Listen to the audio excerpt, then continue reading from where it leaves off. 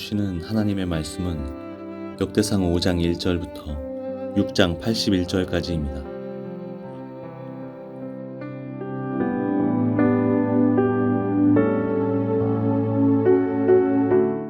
이스라엘의 맏아들 르우벤의 아들은 다음과 같다. 르우벤은 맏아들이지만 그의 아버지의 잠자리를 더럽혔으므로 그의 맏아들의 권리가 이스라엘의 아들인 요셉의 아들들에게 넘어갔고 족보의 맏아들로 오르지 못하였다. 유다는 그의 형제들보다 세력이 크고 그에게서 영도자가 났으나 맏아들의 권리는 요셉에게 있었다. 이스라엘의 맏아들 르우벤의 아들은 한옥과 발루와 헤스론과 갈미이다.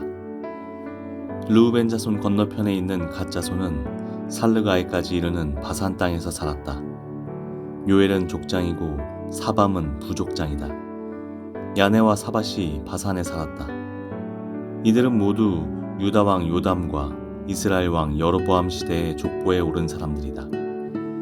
르우벤 자손과 갓 사람과 므낫세 반쪽 지파 가운데서 방패와 칼을 들고 활을 당기며 싸움에 익숙하여 군대에 나갈 만한 용사들은 44,760명이다. 그들이 하갈 사람과 여두루와 나비스와 노답과 싸울 때에 하나님께서 도우셔서 하갈 사람과 이들의 모든 동맹군을 그들의 손에 넘겨주셨는데 이것은 그들이 싸울 때에 하나님을 믿고 그에게 부르짖었으므로 하나님이 그들의 부르짖음을 들어주셨기 때문이다.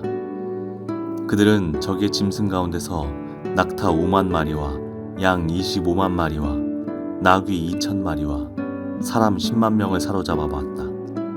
이렇게 많은 적군이 죽어 넘어진 것은 하나님께서 이 싸움을 도우신 결과이다. 포로로 잡혀갈 때까지 그들은 거기에서 살았다.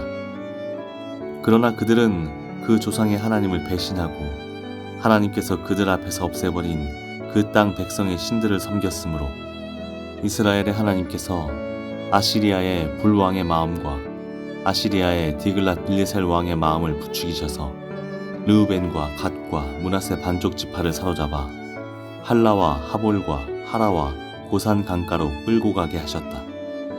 그래서 그들이 오늘날까지 거기에 살고 있다.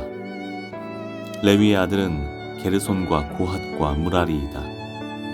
고핫의 아들은 아므람과 이스할과 헤브론과 우시엘이다. 아므람의 자녀는 아론과 모세와 미리암이다.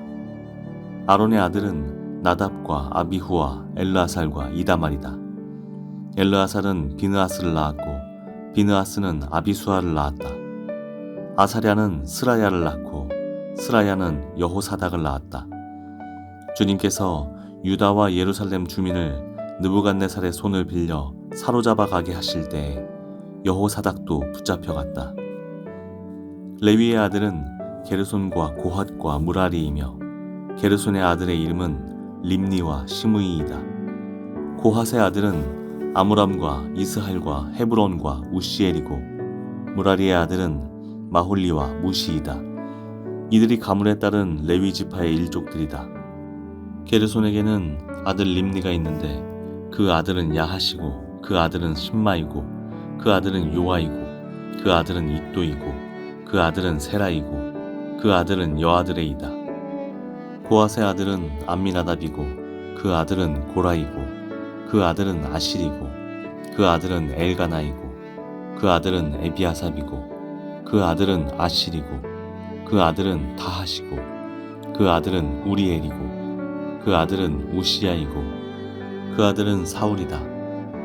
엘가나의 아들은 아마세와 아히못이다. 그 아들은 엘가나이고 그 아들은 소베이고 그 아들은 나하시고 그 아들은 엘리압이고 그 아들은 여로함이고 그 아들은 엘가나이고 그 아들은 사무엘이다. 사무엘의 아들은 맏아들 요엘과 둘째 아들 아비야이다.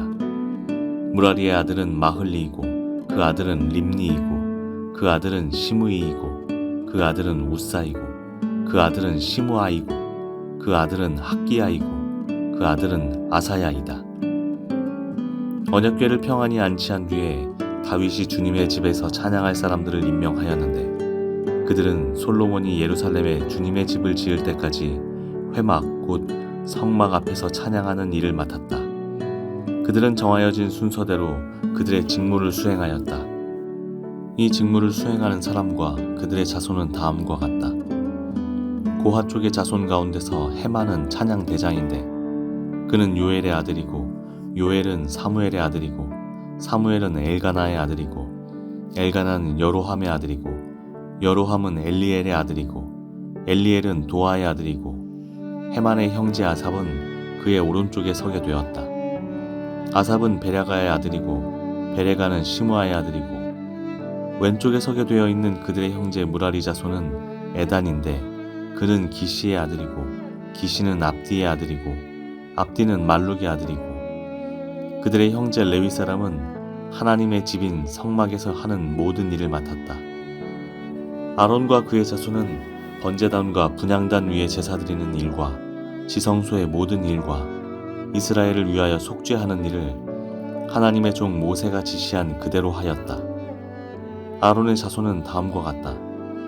그 아들은 엘르아살이고 그 아들은 비느하스이고 그 아들은 아비수아이고 그 아들은 붓기이고 그 아들은 우시이고 그 아들은 스라히아이고 그 아들은 무라요시고 그 아들은 아마리아이고 그 아들은 아히두비고 그 아들은 사독이고 그 아들은 아히마아스이다. 그들이 장막을 치고 살던 지역은 다음과 같다. 아론의 자손 곧 고핫 종족이 맨 먼저 제비를 뽑았다. 그들은 유다 지방의 헤브론과 그 주변의 목초지를 나누어 받았다. 그러나 그 성읍에 딸린 밭과 마을들은 여분네의 아들 갈렙에게 돌아갔다.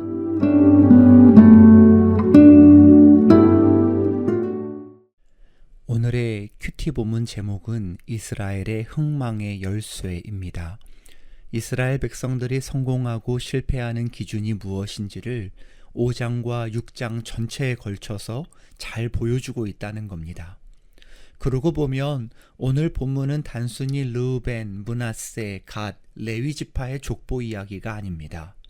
믿음의 사람들이 인생에서 성공과 실패의 열쇠를 배우는 곳입니다. 그렇다면 그 흥망의 열쇠가 무엇입니까? 한마디로 믿음입니다. 하나님을 믿는가, 하나님을 배신한가입니다. 오늘 본문은 사람들을 이 두 부류로 정확히 나누고 있기 때문입니다. 먼저 5장 18절 이하를 보십시오.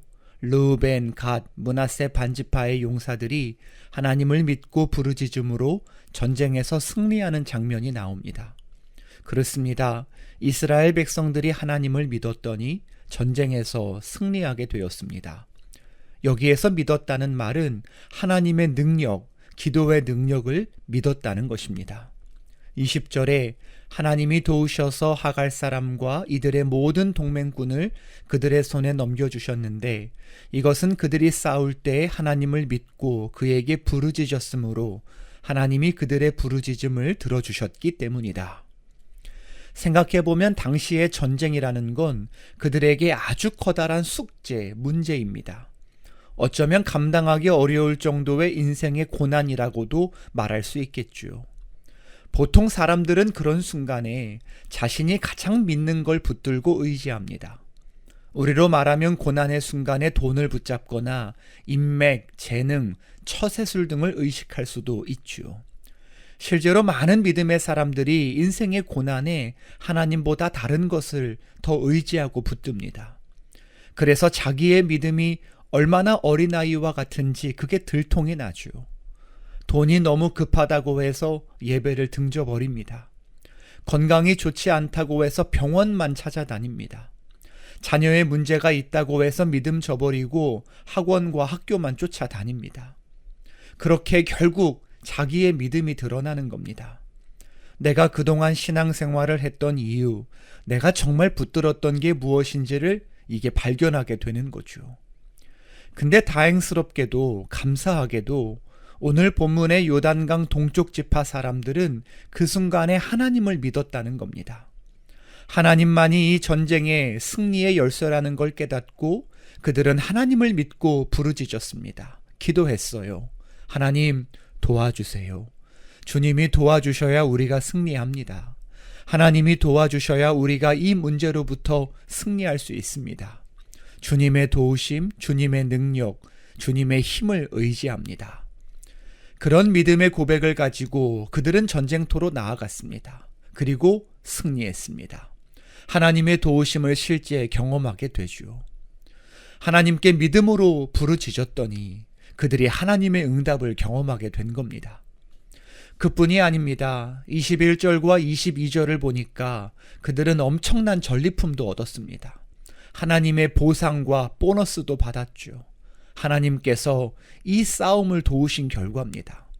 하나님이 도우셨더니 그냥 싸움에서 이긴 정도가 아니라 엄청난 전리품, 세상에서 흔히 말하는 성공까지 경험하게 되었다, 그 말입니다. 저는 우리 모두가 다 그런 믿음의 경험을 하게 되기를 간절히 소망합니다. 가장 결정적인 순간에, 가장 위급한 순간에 하나님을 믿고 기도함으로, 부르짖음으로 하나님의 응답과 도우심을 경험하자는 것이지요. 그런 마음으로 오늘도 믿음으로 기도합시다. 하나님이 해결하실 것을 믿음으로 주님 의지하며 하나님께 기도하며 모든 것을 다 주님께 내어 맡기십시다. 그런가 하면 오늘 본문의 또 다른 부류를 보게 됩니다. 바로 하나님과 그의 말씀을 배신한 이들입니다. 5장 1절부터 르우벤에 대한 설명이 나옵니다. 그의 아버지 잠자리를 더럽혔다 그러죠. 아버지의 첩인 비라와 동침한 죄를 말하는 것입니다. 그렇게 르우벤은 하나님께서 금하신 죄를 저질렀습니다. 맏아들의 권리, 장자권을 잃어버리게 되었죠. 근데 성경은 하나님을 배신한 결과가 그 정도라고 그리 말하지 않습니다. 25절과 26절을 보니까 하나님을 배신하고 우상을 섬긴 이들이 결국 포로로 끌려갔다고 말합니다. 인생이 완전히 망한 겁니다. 하나님을 배신했더니 인생이 나락으로 빠지게 되었다, 그 말입니다. 그러고 보면 그들은 본래 꽤 괜찮은 사람들이었습니다. 르우벤은 장자였고 또 25절과 26절의 사람들도 용감한 용사와 같다고 했습니다. 또 그들은 본래 하나님을 믿는 믿음의 사람들이었습니다.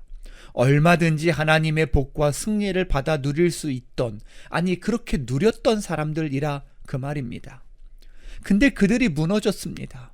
이유는 한 가지입니다.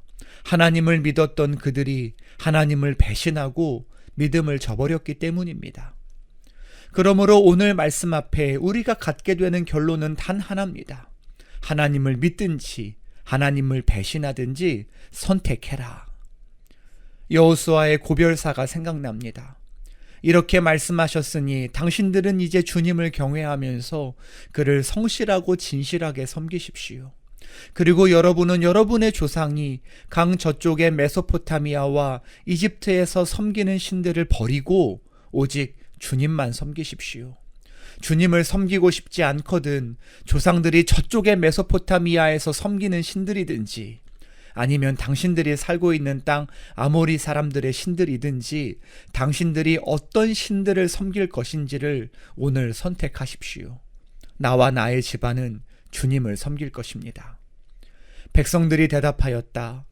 주님을 저버리고 다른 신들을 섬기는 일은 우리가 절대로 하지 않겠습니다. 주 우리 하나님이 친히 우리와 우리 조상을 이집트 땅 종되었던 집에서 이끌어내시고 우리가 보는 앞에서 그 큰 기적을 일으키셨습니다. 또 우리가 이리로 오는 동안에 줄곧 우리를 지켜주셨고 우리가 여러 민족들 사이를 뚫고 지나오는 동안에 줄곧 우리를 지켜주셨습니다. 그리고 주님께서는 이 모든 민족을 이 땅에 사는 아모리 사람까지도 우리 앞에서 쫓아내셨습니다. 그러므로 우리는 주님을 섬기겠습니다. 오직 그분만이 우리의 하나님이십니다. 오늘 말씀을 묵상하면서 이 고백이 우리에게 있기를 소망합니다. 요셉과 같이 하나님 앞에서 득주할 수 없다 선포하면서 믿음의 길, 하나님의 길을 기꺼이 걷는 우리 모두가 될 수 있기를 바랍니다. 기억하십시다. 인생에서 승리하는 길은 오직 주님을 따르는 것입니다. 오늘도 주님을 따라 믿음으로 승리하는 저와 여러분 다 되실 수 있기를 주님의 이름으로 축복합니다. 기도하겠습니다. 주님, 이 하루도 주님을 신뢰함으로 믿음으로 기도함으로 하나님의 도우심과 승리를 경험하기 원합니다. 언제나 주님 배신하지 않고 죄에서 멀어지고 주님만 섬기겠다는 고백으로 하나님의 은혜와 복을 누리며 살기 원합니다. 이제 오늘 우리에게 그런 다짐과 결단을 허락하여 주십시오. 그래서 말로만이 아니라 우리의 삶으로 하나님께 영광 올려드리게 해 주십시오. 예수님의 이름으로 기도합니다. 아멘.